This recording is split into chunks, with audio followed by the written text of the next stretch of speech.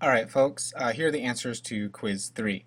The first question was, what is the biggest difference between an array and an array list? And there's one huge difference. An array is a fixed size. So when you declare an array, you have to say something like, it's an array of floats, like so, and you give it a name like float array or whatever. And then when you actually declare it and you use the constructor for it, you have to tell it how many things you want to be in it. You are now stuck with 90 things in your array. An array list is built in a much different way. We don't tell it what type of variable it's going to use. We can give it whatever name we want, like Dave. And then we can just say new array list. So we call the constructor to build the array list. That's a parentheses right there. We call the constructor to build the array list, and now we can do whatever we want with it. We can add things to it. We could say dave.add something. We can say dave.remove something. I could spell, that'd be nice. And that's the hugest difference. You can change the values of things in an array, and you can change the values of things in an array list, but in an array you really can't just kind of pop in and out things out of the list of things. So that's the biggest difference that I was looking for there. Question 2, write some code that adds 4 random numbers to an array list and then removes the smallest one. And that looks like this right here. Let me walk you through that. So we create a new array list called al, and then we add 4 random numbers.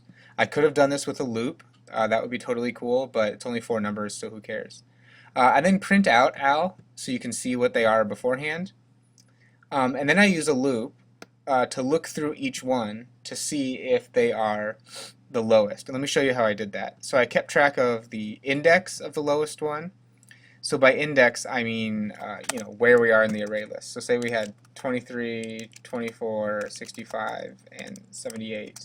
If that was our random array list, this is index 0, and this is index 1, 2, and 3. So I want to keep track of that, and I can actually keep track of it with an int because they're just 0, 1, 2, 3. And then I keep track of the lowest number. So this is the actual value in the array. So the index is 0, but the actual value is 23. And I set this to 100 just to start off because that was the highest I set my random numbers to. So that'll be the biggest number possible in our array list. And then I have this float temp here, and temp is going to sort of keep track of where we are. So temp is going to alternately be 23, 24, 65, and 78, and it's going to compare it to the lowest one. And let me show you how that's going to work. So we loop through all of them, starting at 0, going to size. And then we create temp, and temp is wherever we are in the array list. So we get .get here. So we get the ith part, and we set it equal to temp. This here right here is called a cast, and because we didn't tell it what type we were going to use up here, we've got to do that now. So we're getting floats out of this, and we have to use capital F for various sort of esoteric reasons that if you're really into, feel free to Google. But it's outside the scope of this very first introductory class. And then we do a test. We say, okay, well, if lowest, which we set to 100, is greater than temp, then that means that temp is actually a lower number. So we're going to rewrite, we're going to destroy lowest and rewrite it as temp, and then we're going to keep track of where that was. So we're going to not only keep track of the value, so we can do the comparison, but we're going to keep track of what index that was. And once the loop ends, we will have stored the lowest indexed n number in these variables, so that all we have to do is say al, get rid of the lowest, and then print al. And you can see here, if you can read this, in the code down at the bottom, that we have an array list with like 58 something, 6 something, 64, and 7, and then it got rid of the 6 something. And you can see here the array list is nice and cleaned up and all pushed together, whereas an array would have an empty slot, which would be really annoying and waste computer time. So that's the answer to number 2. Number 3 was write a loop that visits each entry of a regular array of integers and doubles their values and then saves the array with the doubled values. So basically take a matrix that you're used to, right, and do this. 2 times 12, 23, comma 45, comma blah, blah, blah. So what does that equal? Well, it equals 2 times all those numbers, still separated by commas. So if we get to that solution here, excuse me,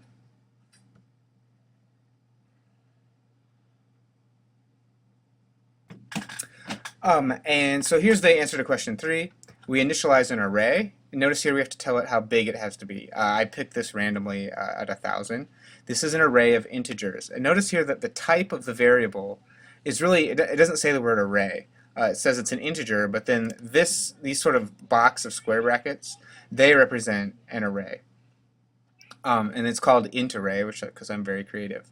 And then we loop through the array, and there's actually a better way to do this called a for each loop, and you can check that out if you're interested. For each loops are really nice if you really want to use that. We loop through the entire array, so this is kind of getting to be old hat here. And then we touch each part of the array. We say int r, and then we go to the ith each one.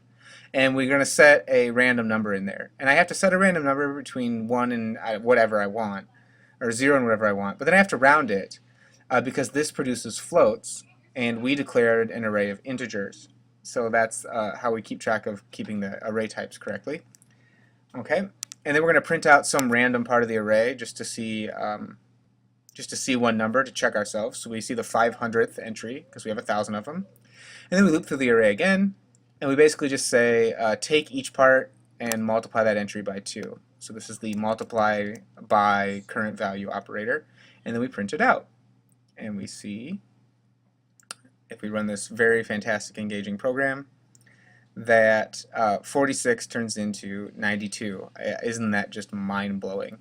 You know, I hope you didn't pee your pants there. It's pretty much the best program that's ever happened.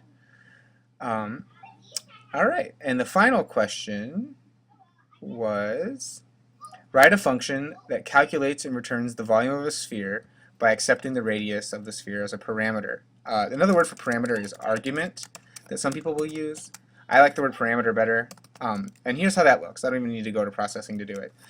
So what's the name of the function? Well, you know, the name of the function is volume of a sphere. Okay, so here's the basics of a function. We have to add some sort of housekeeping here. Well, what is this function going to do? Well, it's going to spit out a number. Well, floating point or integer? Well, floating point because it's the volume, and we're going to use pi.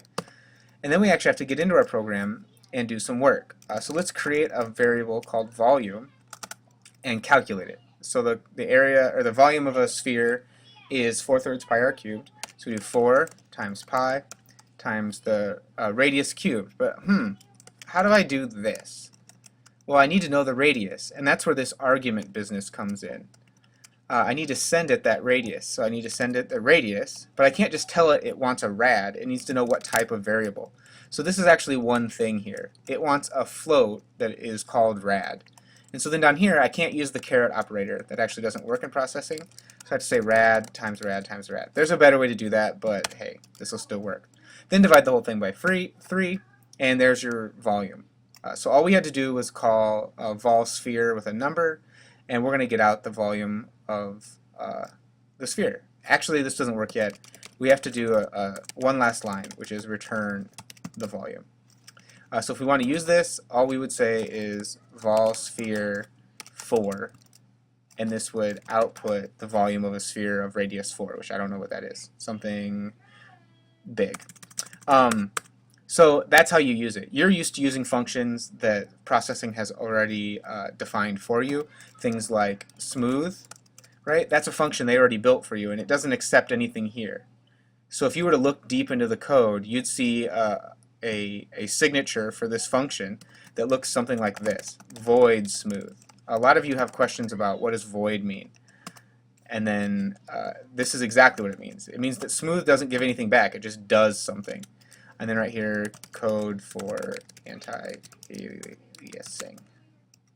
Check that out if you're interested in how to make things smooth. All right, that's the answers to quiz 3. I'm going to grab some lunch.